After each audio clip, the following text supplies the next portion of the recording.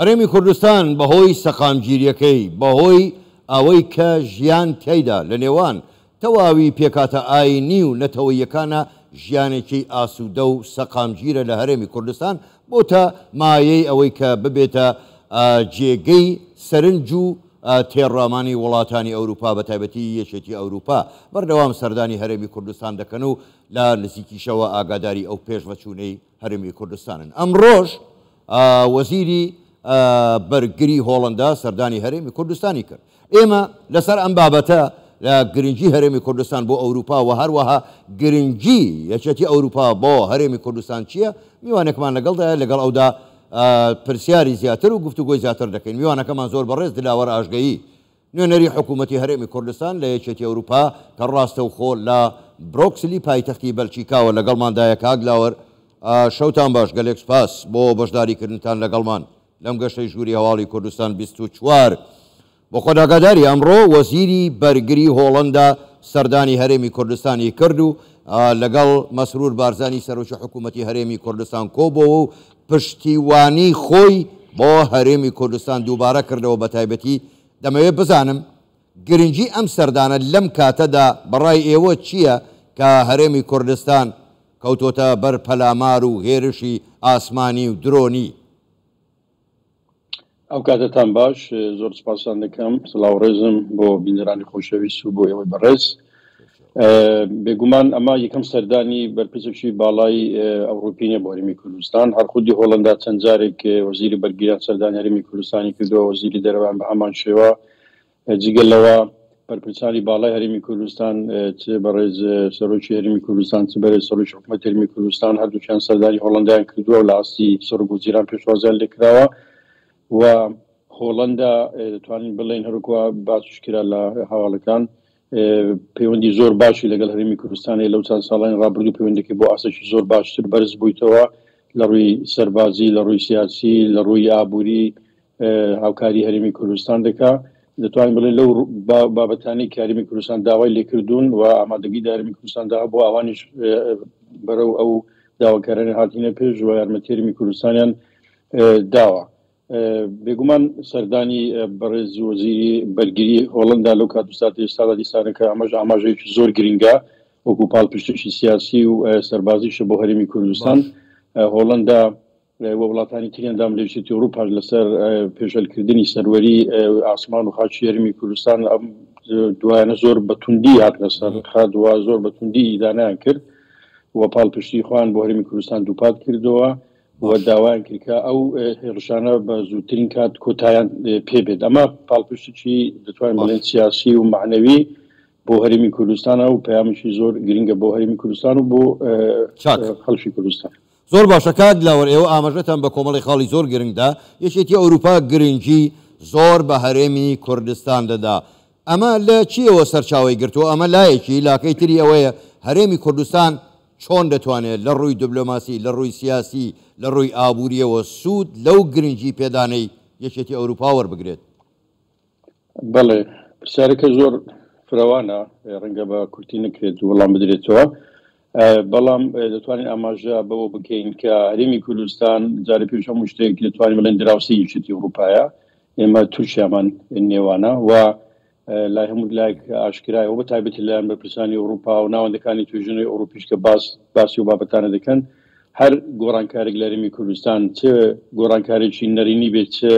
ئەرێنی بێ ڕاستەوخۆ یان ناڕاستەوخۆ کاریگەری هەیە لەسەر یەکێتی ئەوروپا. بۆ نمونە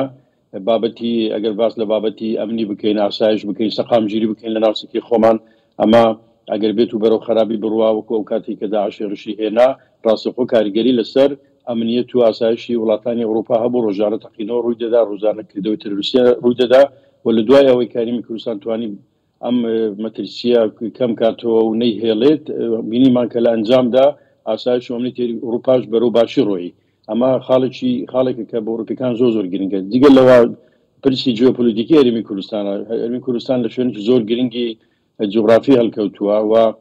کاریگەری زۆر گرنگی هەیە لەسەر ناوچەکە. جگە لەوە سیاسەتی عیشمانی سەرکردایەتی سیاسی هەرێمی کوردستان وای کردووە کە دیسانەکە ئەمە هەرێمی کوردستان لە ئەوروپا نزیکتر بکاتەوە. هەرێمی کوردستان توانێتی هاوسەنگی ڕابگرێت، توانێتی هەردەم فاکتەر بێ بۆ سەقامگیری لە کوردستان و لە عێراق و لە ناوچەکە و هەوڵ بدات کە پێکەوە ژیان پەرەی پێ بدرێت هەوڵ بدات کە ئازادی پەرەی پێ بدرێت و دموکراسی پەرەی پێ بدرێت بۆیە ئەمە هەندێک خاڵی گرنگن لە ئەوروپەکان زۆر گرنگن سەرڕای ئەوەی کە بەرژەوەندی تری ئابووری هەیە لەگەڵ لە نێوان هەرێمی کوردستان و وڵاتانی ئەندام لێکی ئەوروپا ئاماژەم بە بەرژەوەندی بڵێن سەربازی و ئەمنیش کرد ئەمانەش جگەلەوە دەتوانین ئاماژە بەوەش بکەین بابەتی وزەش بکەین هەرێمی کوردستان ئێستا لەو شوێنانەیە کە لەسەر نەخشەی جیهانی وزەیە معنای ئەوە نییە کە ئاماگەر بێت و بۆ ئەوروپا نەوت هەنارد بکەین یانا بەڵکو ئەگە بێتمە نەوتی خۆمان کەم بکەینەوە ڕێژەی هەناردەکردنی بۆ بازارەکان ئەمە کارگەری لەسەر نرخی نەوت دەبێت لە ئاستی جیهانی ئەگە زۆری بکەین یاکەین بکەین کارگەری دەبێت واتە ئێمە کارتێکەرین لەو بارەوە و بۆ ئەوان سەقامگیری هەرێمی کوردستان زۆر گرنگە هەر بۆیش ئەگە سیر بکەی لەم دوایانە یەکێتی ئەوروپا بەتایبەتی لە دوای شەڕ رووسیا و ئوکرانیا زیاتر بەرەو هەرێمی کوردستان هاتوون و زیاتر لەو حاڵەتانی کە ڕوویان داوە بە لێدوانی توند و پاڵپشتی هەرێمی کوردستانیان کردووە ئەگەر ئیجازە بدەی ئەو خاڵش بڵێم ئەوەی کە زۆر گرنگش لێرە ئاماژەی پێ بدەین ئەوەیە کە یەکێتی ئەوروپا لە ئێستادا خەریکی گۆڕینی استراتیژی خۆیتی لە ئاسی نێودەوڵەتی بەو شێوەیە کە زۆرتر هەوڵ دەدا ئەوەی کە پێ دەڵێن استراتیژیک ئۆتۆنۆمی واتە استراتیژیەکدا دەڕێژێ کە سەر بەخۆ بێ واتە سەر بە ئەمریکا و سەر بە وڵاتانی تر نەبێ و لەو چوارچێوەش هەوڵ دەدا پەیوەندەکانی خۆ پەرە پێ بدا بەتایبەتی کەم جار لە وڵاتانی کە جیران و هەوڵ دراسی خۆن دواتر لە وڵاتانی کە دوورترن لە خۆی هەرێمی کوردستانیش لەگەڵ لەو شوێنەیە کە گرنگێکی تایبەتی هەیە بۆ وڵاتانی ئەندام لە یەکێتی ئەوروپا زۆر باشە کات لەوەر دواپرسیار هەر لەسەر مەسەلەی گرنگیدانی یەکێتی ئەوروپایە بە هەرێمی کوردستان ینی ئەمە بۆچی دەگەڕێتەوە بە دیاریکراوی بۆ ئەو سەقامگیری و ئەو کولتوری پێکەوە ژیانەیە کە لە هەرێمی کوردستانایە بە بەراورد با زۆر بە ڕاشکاوە نەبیڵێن بە بەراورد بە عێراق بە تورکیا بە ئێران بە سووریا ئەمە لەوەوە سەر چاوی گرتووە جگە لە بواری ئابووری و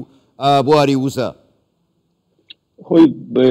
بابەتی پێکەوژیان یەک لە پرەنسیبەکانی دیموکراسیە و یان ئەوەی کە زۆرجار ئەوروپیەکان خۆیان پێدەڵێن لە بەها ئەوروپیەکانە پێگەژیان یەک لەو خاڵانەیە کە بەلای ئەوروپا زۆر گرنگە جگەلەوە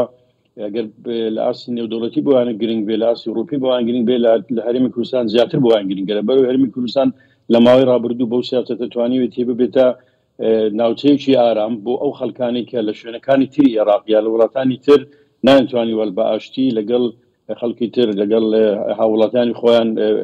ژیان بەسەر بن و لەژێر مەتەرسی بوون هەرێمی کوردستان دەرگای خۆی بوانە کردوەوە باوەشی خۆی بۆ ئەو خەڵکانە کردوتەوە و ڕێگەی پێداون هاوکاری کردوون پژگیری کردوون و لە هەموو گرنگتر ئەوانەی پاراستووە ئەمە هەندێک خاڵی زۆر گرنگن کە بۆ ئەوروپا زۆر گرنگن ئەگەر باس لەوەش بکەین کە دیسانەکەش گەڕێن و سەربابەتی بەرژەوەندیش کە زۆر کەس پێوایە کەنا بەرژەوەندی فاکتەری دروستنی پەیوەندی لەو ڕۆژەوە دەتوانین بڵێن کە ئەگەر بێت و پێکەوژیان لە کوردستان نەبا ئەو خەڵکانی کە لە شوێنەکانی تری عێراقن ناتوانێت بە لە کوردستان بەحوێنەوە ئەوە بێگومان بەرەو ئەوروپا دەڕۆیشتن و ئەوروپاش هەمووتان دەزانن کە بابەتی میگریشن یا بابەتی هاتنی پەنابەر و ئەوانە حاڵەتی دیسانێکە زۆر هەستیارە بۆی لەو ڕۆژەوەی کوردستان توانێتی وەکو ناوچەیەکی ئارام بمێنێتەوە هاوکار بێت زۆر چاکە زۆر بەڕێز دلاوە ڕاژگەیی نوێنەری حکوومەتی هەرێمی کوردستان لە یەکێتی ئەوروپا ڕاستەوخۆ لە برۆکسلەوە لەگەڵمان بووی گەلێک سپاس بۆ بەشداریکردنتان لەگەڵمان سپاس بووی